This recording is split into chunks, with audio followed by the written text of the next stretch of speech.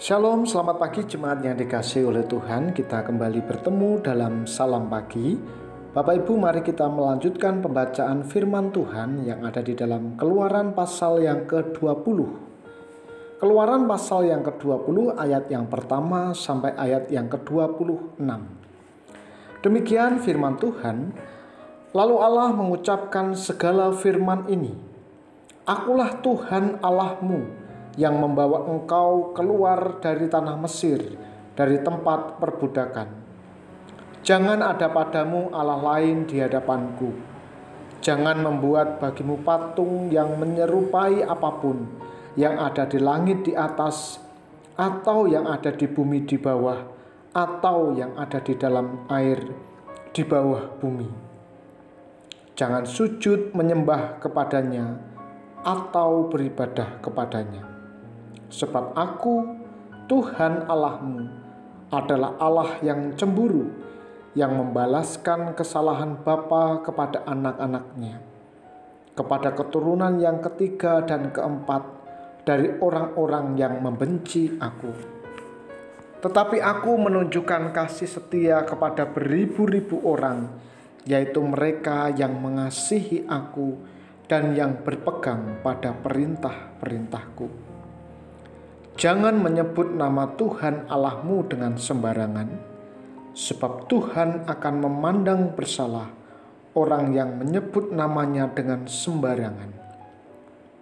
Ingatlah dan kuduskanlah hari Sabat. 6 hari lamanya engkau bekerja dan melakukan segala pekerjaanmu, tetapi hari ke-7 adalah hari Sabat Tuhan Allahmu.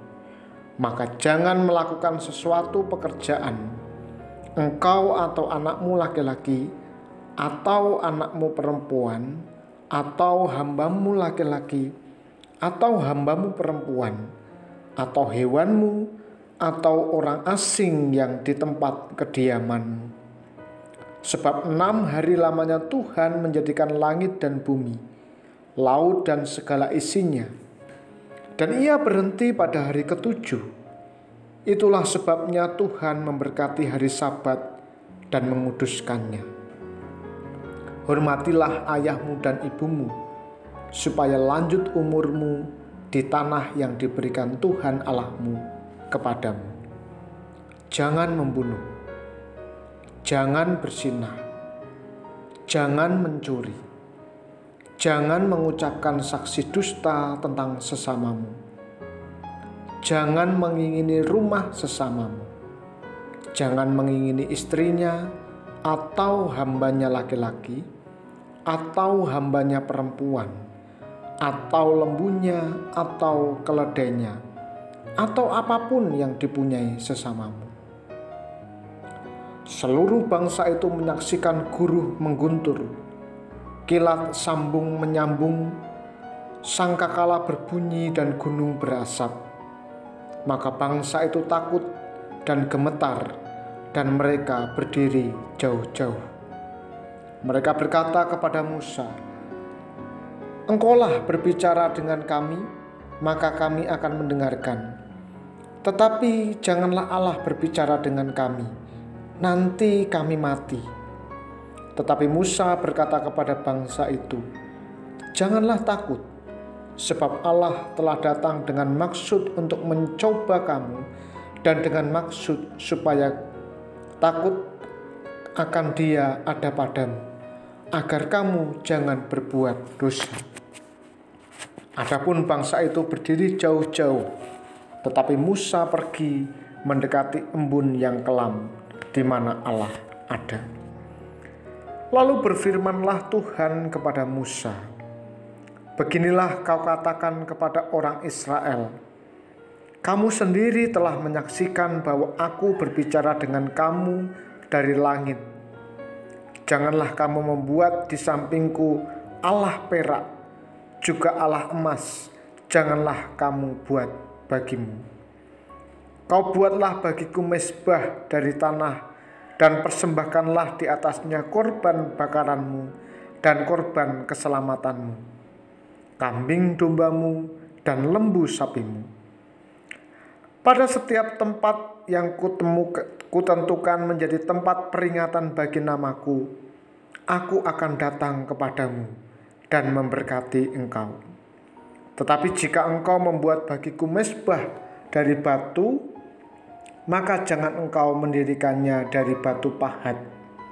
Sebab apabila engkau mengerjakannya dengan beliung, maka engkau melanggar kekudusannya.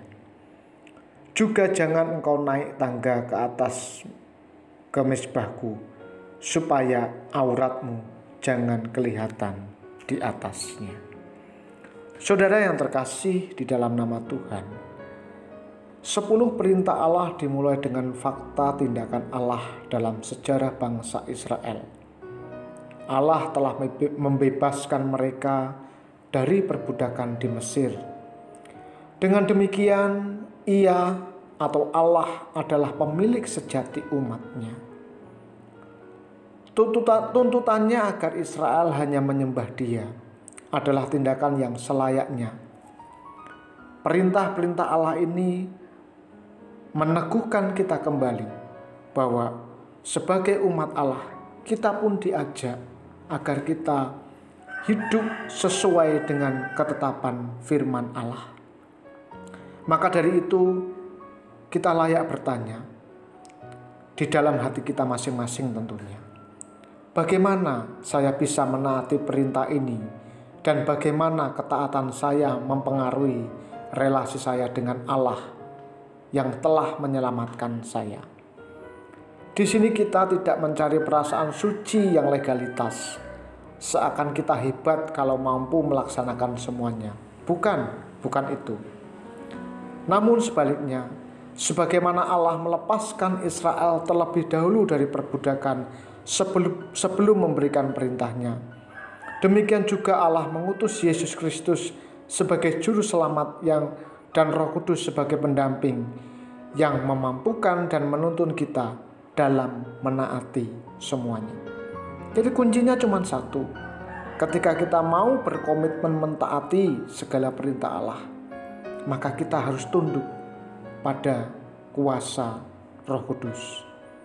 Saat kita taat, di situ kita justru melihat karya dan kehebatan Allah di dalam ketaatan kita. Itulah arti berelasi dengan Allah yang sesungguhnya. Mari kita berdoa. Bapa, kami bersyukur kepadamu karena pagi hari ini kami boleh merenungkan firman-Mu yang mengajarkan kepada kami agar kami taat sepenuhnya kepada Engkau. Engkaulah Allah yang menyelamatkan kami dan membebaskan kami melalui pengorbanan Tuhan Yesus di atas kayu salib. Untuk itu, biarlah hidup kami sesuai dengan apa yang telah Tuhan perintahkan dalam setiap kehidupan kami. Hamba-Mu berdoa untuk umat Tuhan yang ada di pusat maupun di cabang. Kiranya Tuhan memberkati satu demi satu. Mereka yang bergumul dengan sakit penyakit, kiranya Tuhan yang menjamah dan menyembuhkan. Mereka yang bergumul dalam ekonomi mereka, kiranya Tuhan memberkati pekerjaan mereka. Hari ini kami akan memulai berbagai aktivitas kami. Kami mohon kiranya Tuhan yang menuntun dan memberkati kami. Di dalam nama Tuhan kami Yesus Kristus, kami berdoa. Amin. Selamat pagi Bapak Ibu, selamat melanjutkan aktivitas. Tuhan Yesus memberkati.